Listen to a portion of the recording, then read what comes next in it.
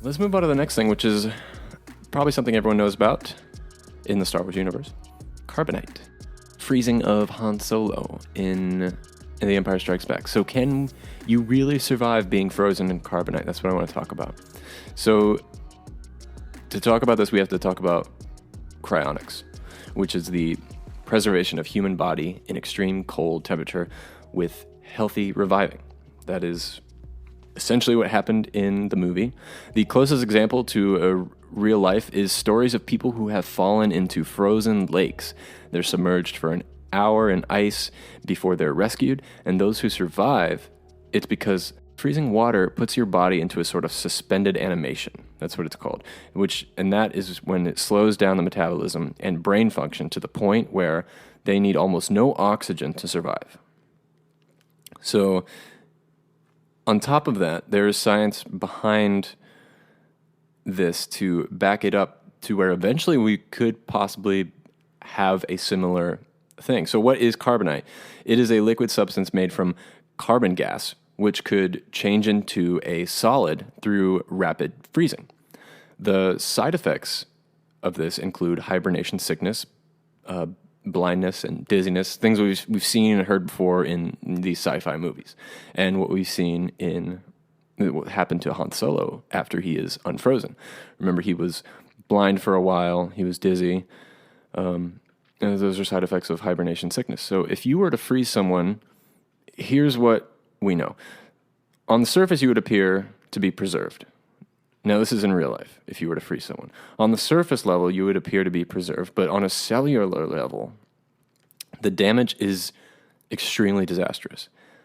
The water inside your cells freeze, and when that happens, it causes it, when you freeze something, it expands.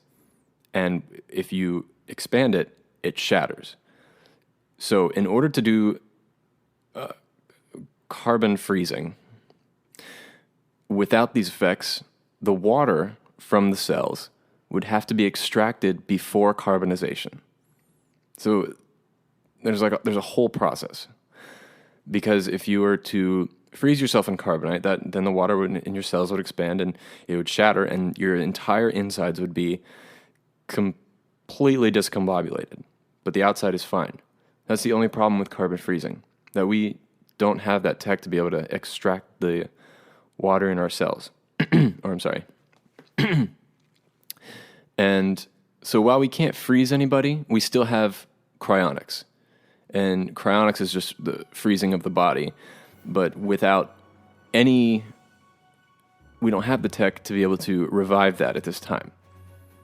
And what's crazy is you can actually do that now. You could do it yourself. There's body preservation organizations where you can pay $150,000 to freeze your whole body, or you could just do your brain. Just freezing your brain is $50,000, and it's all on hope that one day someone can figure out how to clone or regenerate your body in the future. So right now, we have no idea how to do carbon freezing, but it's possible. It's a stretch, but like I said, it would take a lot of science and a lot of testing to figure out how this would work. So who talks first? You talk first? I talk first.